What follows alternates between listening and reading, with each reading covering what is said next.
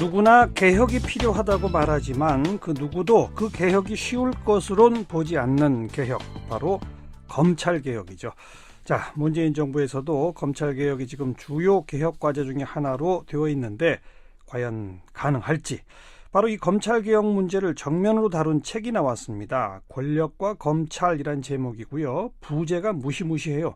괴물의 탄생과 진화라고 하는 부제를 달았습니다. 이 책을 펴내신 최강욱 변호사, 오늘 스튜디오에 직접 초대했습니다. 최 변호사님, 어서 오십시오. 네, 안녕하세요. 네, 책이 이름만 되면 다 알만한 네 분과 네. 최강욱 변호사님이 따로따로 1대1로 대담한 걸 묶었더라고요. 네. 한겨레 신문의 김미겸 선임 기자, 그렇습니다. 네. 검찰 출신의 지금은 의원이죠. 금태섭 변호사, 네. 의원.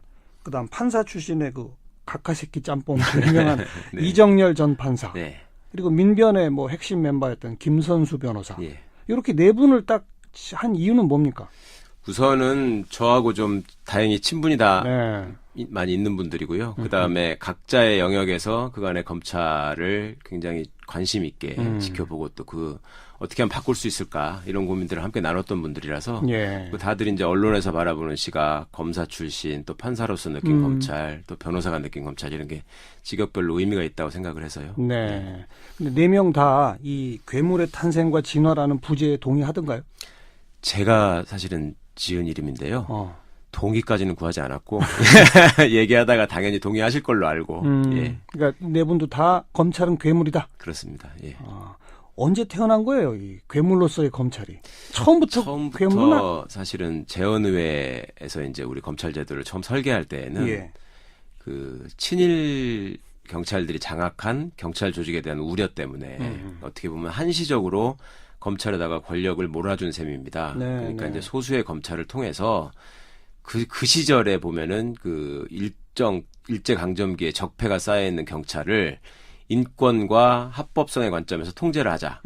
그렇게 하려면은 검사에게 수사의 전교권을 주는 것도 필요하고 수사를 지휘하게 하는 것도 필요하고 예. 거기에 덧붙여서 우리 형법에 보면은 인권 옹호 직무 방해죄라는 특이한 구성 요건이 있거든요. 뭐죠? 이게 이제 경찰들이 인권 침해를 했을 때 검사가 그 부분을 잡아내서 특별하게 처벌할 수 있는 별도의 범죄가 있습니다. 그 정도로 재헌의회에서는 다른 나라 입법례하고는 좀 맞지 않지만 예. 우리나라의 독립 직후의 대한민국의 특성상 검찰의 당분간 권한을 좀 집중시킬 필요가 있다. 그래서 검사들은 어쨌거나 고시라는 과정을 통해서 통과된 사람들이고 예. 숫자가 많지 않으니까 예. 민주적인 통제가 좀 더 쉽지 않을까 이런 기대를 했던 것이죠. 그때 출발은. 사실 해방이 됐지만 경찰 조직의 거의 80% 이상은 일제 때 경찰 하던 그렇습니다. 사람이었었죠. 네. 그리고 당시의 정권이 또 이승만 정부가 경찰 권력에 많이 의존을 했었죠. 네. 그때는 군대가 바로 하던 때도 아니고 그렇다 보니까 이제 책에도 나옵니다만 에피소드 중에 경찰들이 검사를 살해하는 경우도 있고요. 일본국 때 보면은. 그다음에 검찰총장이 반민특위와 관련해서 좀 적극적인 모습을 보이시니까 노덕술 씨를 비롯한 친일 경찰들이 모여가지고 저거 암살해버리자. 네. 이런 모의를 한 적도 있고 그럴 정도였습니다. 예. 그래요. 네. 그럼 그 당시에 검찰은 그럼 정말 훌륭한 역할을 했었는 모양이네요. 역할을 제대로 하지 못했죠. 그러니까 그런 권한을 부여받았지만 하려고 하다가 네. 후퇴하고. 네네. 어. 숫자도 너무 적고 어허. 또 검사라는 직역 자체가 과거에 이제 일본 사람들이 우리나라를 강점해서 지배할 때 경찰들은 하급 간부들은 소위 조선인으로 채우고 예. 고급 경찰 간부하고 검사는 일본 사람들이 장악을 해서 그랬죠. 통제하는 이런 시스템을 갖고 있었지 않습니까? 그랬죠. 그러니까 어떻게 보면 우리도 그런 시스템을 그냥 물려받은 꼴이 되다 보니 검사들도 어떤 인권과 정의를 앞세워가지고 본격적으로 통제를 한다고 하기에는 저게 좀 일본 사람들 하는 거하고 뭐가 다르지? 이런 오해를 불러일으킬 빌미가 있으니까. 네네. 그리고 경찰들이 또 워낙 막강하니까 제대로 역할을 하지 못한 점은 있었던 것 같습니다. 그러니까 처음 만들어질 때는 이제 그랬고. 네.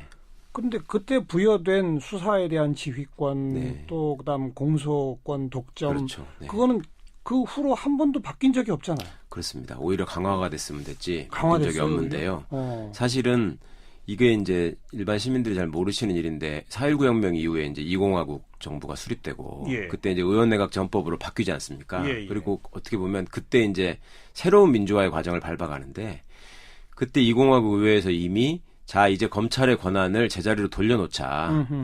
지난 이승만 정부 때 주었던 권한은 한시적으로 어떻게 보면 경찰을 통제하기 위한 거였으니까 당시에 왜 4.19 부정선거의 주역들이 경찰이잖아요. 그렇죠. 그때 뭐 사형도 당하고 막 이러지 않았습니까? 예. 그러니까 그 끝에 그러면 경찰이 제대로 일을 할 수 있게 이제 원래 권한을 돌려주고 검사가 법률적으로 통제를 하게 하자. 이렇게 이제 논의가 되고 있었습니다. 네. 그런데 이게 5.16 쿠데타가 나면서 그런 논의들이 다 중단되고 그 다음에 이제 박정희 씨 입장에서는 박정희 대통령의 입장에서 권력을 잡고 나니까 군대로 행사할 수 있는 물리력 그 다음에 당시에 정보기관 중앙정보부를 창설해가지고 또 그 날것의 물리력으로 그냥 통제를 했지 않습니까? 그렇죠. 그런데 그 물리력으로만 통제해서 끝나는 일이 아니고 어쨌거나 합법적인 절차를 갖춰야 될 외양을 갖춰야 될 필요가 있으니까 그 부족한 정통성 권력의 정통성을 검찰이라는 기구를 통해서 합법성을 부여받는 합법성을 강제하는 뭐 이런 식으로 이용을 한 측면이 있죠. 예. 그러다가 나중에는 이제 전두환 노태우 정권을 거치면서 민주화가 점점 진전되고 민주화가 진전된다라고 하는 것은 군부의 힘이 점점 빠져가고 있다는 얘기 아니겠습니까? 그렇죠. 예. 그래서 날것의 물리력으로 이거를 장악하기에 어려운 상황이 되니 그때부터는 형식적 법치주의를 앞에 내세우고 그러면 법을 가지고 어떤 사람을 올가맬 수 있는 검찰이 이제 소위 넘버원이 되는 거죠. 네. 예, 아이러니하게도 그래서 민주화의 진행이 검찰 권력을 오히려 강화시켜주는 역사. 예, 그런 게 있었습니다. 군, 그다음에 중앙정보부, 네. 나중에는 그게 안기부, 보안사 네. 이런 쪽에 힘이 세게 집중돼 있다가 그렇습니다. 그 힘을 이제 더 이상 못 쓰게 되니까 그렇죠. 예. 그쪽이 조금 약화되는 대신 네. 검찰이 세졌다. 네, 물리력을 약화하는 대신에 법률적인 통제를 강화하려면 그러면 그때도 왜 독재 정권들이 법치주의를 많이 얘기했잖아요. 맞습니다. 그 법치주의라고 얘기하는 것은 현대 민주주의 국가에서 얘기하는 법치주의가 아니고 그러니까 국민들을 법에 근거하지 않고 기본권을 침해해서는 안 된다라는 게 이제 근대 법치 국가의 기본 원리지 않습니까? 예. 그런데 지금 독재 정권이 얘기하는 법치주의는 내가 일방적으로 법을 만들고 법을 지키지 않는 사람은 처벌하겠다. 이런 식의 법치주의를 강요해 왔거든요. 그 법치주의의 선봉에다가 검사를 세웠던 것이죠. 네.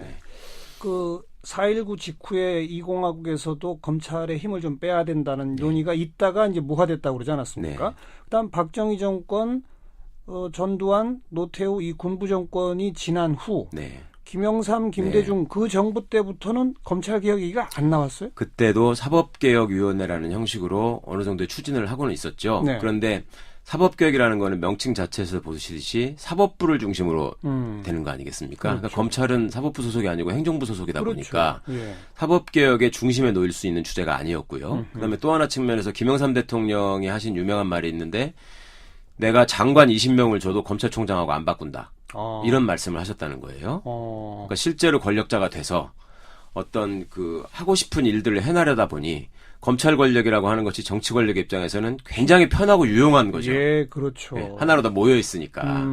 그렇다 보니 이걸 손에서 쉽게 놓기가 어렵고 검찰은 그런 과정들을 통해서 어떻게 보면 권력과 결탁했다가 권력에 힘이 빠지면 다음 권력을 위해서 그 앞에 권력을 물어뜯고 맞아요. 예, 맞아요. 그걸 바탕으로 해서 또 뒷권력의 신임을 사고 이런 식으로 이제 점점 정치 집단화돼 가고 네. 또 마치 최근에 이제 다 보셔서 아시겠지만 대선 때마다 검찰 수사가 꼭 등장하지 않습니까? 그래요. BBK 사건 수사가 그래요. 있었고 그 앞에는 그 이회창 후보 아드님에 대한 병역비리 수사의 내용이 어떠냐 이런 식으로 검찰이 소위 천하쟁패의 순간마다 등장을 해서 이걸 결정적으로 판가름하는 역할을 한단 말입니다. 예. 그러니까 이게 이제 결국은 괴물로 진화했다라는 표현을 하게 된 것이죠. 선거 기간 중요한 수사를 하느냐 마느냐를 가지고 그렇습니다. 권력 만드는데 어떤 역할을 하고 네. 그러다 그 권력이 힘 빠지기 시작하는 3년차 4년차 되면 권력 내부를 물어뜯고 그렇습니다. 네.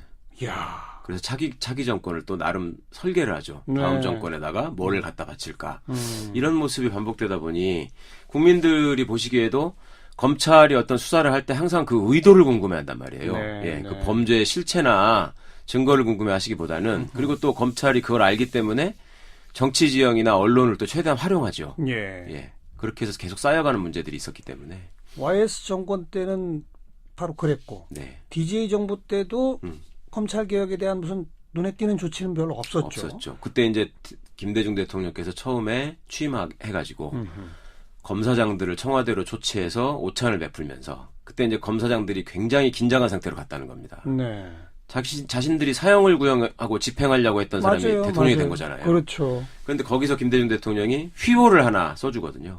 검찰이 바로 서야 나라가 바로 선다. 네, 네. 그것의 의미는 나라 꼴이 이 모양이 된 거는 검찰이 제대로 못했기 때문이다. 그러니까 똑바로 해라 이런 의미셨을 거 아니에요. 네. 그런데 그게 지금도 대검찰청 중앙현관에 걸려 있는데 검사들은 우리가 나라의 핵심이기 때문에 이렇게 이제 오히려 오용을 하게 되는 예. 결과가 생겼죠. 예. 그런데 이제 김대중 정부 때는 잘못된 어떤 검찰의 행태나 관행을 제도적인 것보다는 사람의 개선을 통해서 바꿔보고자 하는 좀 생각을 하셨던 것 같고 인적 교체로 그렇습니다. 그런데 예. 그 과정에서 온로비 사건이라는 게 터졌잖아요. 터졌죠. 네, 터졌죠. 그게 이제 전직 검찰총장, 당시 법무부 장관 그 뭐 부인이 관련된 사건이고 이러다 보니까 국민적인 동력을 얻기가 어려웠죠. 검찰 개혁을 하려고 한다는 것이 자신들의 어떤 치부를 가리기 위한 수단 아니냐 이런 오해를 불러일으킬 수 있었기 때문에 예, 좀 좌초된 측면이 있었죠. 그 온로비 사건이 우리나라에서 제1호 특검이 임명됐던 맞습니다. 거 아니십니까? 네, 네. 어쩌면 그거는 검찰개혁 시도에 대한 저항의 의미로 누가 터뜨린 거 아닐까요? 그럴 당시에 그런 의혹도 있었던 네. 것이 사실이고 사실 또 결과도 별게 아니었지 별거 않습니까? 없었죠. 네. 그래서 어떻게 보면 기득권 세력의 저항의 일환이었고 과거에 또 검찰이라고 하는 것이 박사님 잘 기억하시겠습니다만 50 화국 시절에 집권당이었던 민정당을 육법당이라고 불렀잖아요. 예, 육사 예, 출신과 예. 서울법대 출신의 법조인들이. 맞습니다. 예. 그렇다 보니까 이제 어떻게 보면 구시대의 두 축을 이루는 집단의 하나가 검찰이었고 이게 이제 새로운 시대에 와서 개혁 작업에 있었을 때는 당연히 어떤 반동의 주체가 될 수밖에 없었던 그런 측면이 있었죠. 그러면 본격적으로 검찰에 한번 개혁을 해봐야 되겠다라고 한 건 노무현 정부 때 네, 그때 강금실 법무장관 임명하고 네, 대통령이 직접 평검사들과의 대화에 나서고 네. 이때죠. 네, 그렇습니다. 근데 그때 또 실패했죠. 네, 그때는 일단 영어를 써서 죄송합니다만 나이브하다고 표현을 해야 되는데 그러니까 세상에 어떤 악이 존재한다면 두 가지로 우리가 생각해 볼 수 있지 않습니까? 그 악한 사람이 있어가지고 그 사람이 풍기는 악이 있을 수 있고 예, 예. 그다음에 사회악이 있을 수 있지 않습니까? 제도적으로 그렇죠. 어떤 악이 쌓여가지고 예, 그 제도를 통해서 사람이 어떤 그 행동이 나빠지는 이런 경우가 있을 수 있는데 노무현 정부는 기본적으로 제도적인 사회학의 측면을 인식하긴 했으나 본질적으로 사람의 문제에 대해서 좀 집중하고 좀 신뢰한 측면이 있는 것 같습니다. 그러니까 검사들이 과거에 정치 권력에 장악돼가지고 정치 권력에 잘 보이기 위해서 온갖 나쁜 짓을 했으니 예. 내가 앞으로 그렇게 하지 않으면 너희들이 나름 엘리트를 자부하는 집단인데 스스로 개혁 방안을 만들어내서 스스로 정화할 수 있지 않겠느냐라는 기대를 한 것 같고 예, 예. 그다음에 그런 기대들이 바탕이 돼서 제도적으로 완성이 될 때 그것이 참여정부가 얘기하는 민주적인 시스템의 완성이다라고 기대했던 것 같습니다. 예. 그런데 검찰은 그걸 그렇게 받아들이지 않았죠. 예. 검사와의 대화를 보셔서 아시겠지만 굉장히 오만하고 어떻게 보면 대통령한테 대드는 모습을 보였고요. 이게 또 더 기가 막혔던 거는 저희 책에도 소개를 했습니다만 돌아와가지고 정작 그 장면을 생중계로 지켜본 시민들은 세상에 저런 건방진 집단이 있단 말이냐라고 그렇죠. 해서 만들어진 말이 당시에 검세 이런 말이 만들어졌잖아요. 유행어로. 검세. 예, 검세. 그리고 돌아와서 검사들끼리는 우리가 정말 잘했다라고 자평을 했다는 거예요. 대통령 앞에서도 당당하게. 네, 당당하게 우리가 논리적으로 예. 또 그 토론에 달인은 대통령한테 약점을 딱딱 짚어가면서 우리가 다 얘기를 했고 그 다음에 당시의 검사들의 주장은 그거였죠. 그러니까 우리를 독립시켜달라 법원처럼 검찰총장이 인사권을 가지고 검찰 조직을 운용하고 장악하면 네. 정치 권력과 완전히 분리되고 그러면 우리는 올바른 검찰로 태어날 수 있다라고 얘기를 했는데 사실은 그거는 민주주의의 기본 원리하고 맞지 않는 것이죠. 네. 검찰이 갖고 있는 막강한 권한을 생각한다면 민주적인 정통성, 정당성이 기반하지 않고 어떻게 보면 시험을 통과한 사람들끼리 모여가지고 끼리끼리 권력을 행사하겠다는 거 아니겠습니까? 그러니까 검찰 파쇼에 우려가 있는 제안이었는데 그것이 마치 가장 타당한 제안인 것처럼 얘기를 했었고 예. 그것이 아직까지도 검찰 개혁에 저항하는 검찰 내부 논리의 하나로 또 남아있는 것이 현실입니다. 이번에는 노무현 정부 때 실패를 되풀이하지 말아야 될 텐데 네. 어떻게 해야 실패 안 할 수 있습니까? 네. 저는 상당히 성공 가능성이 높다고 보는 것이 일단 참여정부 때 시행착오를 거듭하면서 검찰개혁이 어떤 점에서 취약점이 있고 어떤 점을 주의해야 한다는 걸 이미 겪어본 분이 대통령이 됐단 말입니다. 문재인 대통령이 그 당시에 민정수석하지 그렇습니다. 않았나요? 예, 검사와의 대화 때 민정수석이었습니다. 그러니까 초반부에. 그렇습니다. 그때 민정수석이 바로 그 검찰개혁의 어떤 실무 맞습니다. 담당자인데 네. 본인이 실패한 거잖아요, 결국은. 그렇습니다. 네. 그래서 누구보다도 당시에 어떤 개혁 과제에 좌초되는 과정 이런 것들을 잘 알고 있고 이분이 또 그 뒤에 이제 노무현 대통령 서거하는 과정, 그 다음에 그 뒤에 이제 각종 폄하 발언들이 있었지 않습니까? 뭐 조현오 씨 같은 분 경찰청장이 뭐 무슨 얘기를 하고 이런 것들 관련해서 이제 검찰이 수사를 또 안 했잖아요. 그거를 검찰청 앞에서 1인 시위도 하고 뭐 이런 여러 과정들을 겪으면서 그 책도 썼죠, 직접. 네, 지금 대통령이 검찰을 생각한다라는 책을 써가지고 개혁 방안에 대한 어떤 청사진을 제시하기도 하고 그랬는데 그러니까 지금은 과거에는 검찰 개혁의 방안을 토의하고 합의하느라고 보내는 시간이 굉장히 많았는데 지금 방안은 나와 있죠? 지금 방안도 이미 나와 있고 그다음에 국민적 합의도 이루어진 상태란 말입니다. 네. 참여정부의 검찰 개혁에서 사실상 큰 걸림돌이 됐던 거는 대선 자금 수사를 당시에 대검 중수부가 하면서 안대희 중수부장이 국민검사라고 칭송을 받고 그랬죠. 예, 지금 특검에 무슨 과거 그 박영수 특검에 선물이 답지하듯이 막 그런 상황이 되다 보니까 검찰 개혁의 동력이 금방 소진돼 버렸었거든요. 함부로 손 못 댔죠. 그렇습니다. 인기가 워낙 좋으니까. 네. 그런데 지금은 그 최순실 박근혜 게이트를 통해서 국민들이 검찰이 권력과 결탁해서 이상한 짓을 할 때 얼마나 엄청난 일이 생기는지 맞습니다. 국가의 근간이 흔들린다는 걸 다 목격하시지 않았습니까? 또 우병우 그렇습니다. 수석을 보면서 네. 그다음에 그 대통령이 구속되는 와중에도 여전히 구속되지 않고 있는 검찰 출신의 우병우 이 모습을 보면서 또 느끼신 게 있었고 또 돈봉투 그렇습니다. 회식 사건. 네. 자기들끼리는 또 모여가지고 수사가 끝났다고 서로 축하하면서 돈봉투를 돌리면서 술을 마셨다. 뭐 이런 것들이 이제 시민들이 도저히 용납할 수 없는 검찰의 소위 임계점을 보여준 것 같고요. 그런 동력들을 최대한 이제 뒷받침을 받아서 그리고 설계까지 다 되어 있으니 이제는 그 제도화를 시키는 데 있어서 어떤 정치권의 뭐 발목 걸기 뭐 요것만 벗어나면 좀 수월하지 않을까 기대하고 있습니다. 개혁 과제로 나온 건 지금 공수처. 네, 그렇습니다. 신설해야 되는 거죠. 그렇습니다. 그다음에 경찰과의 수사권 조정 필요한 거죠. 네. 또 뭐 있습니까? 또 법무부의 탈검찰화라는 그렇죠. 과제가 있죠. 법무부는 검찰 출신이 아닌 사람들로.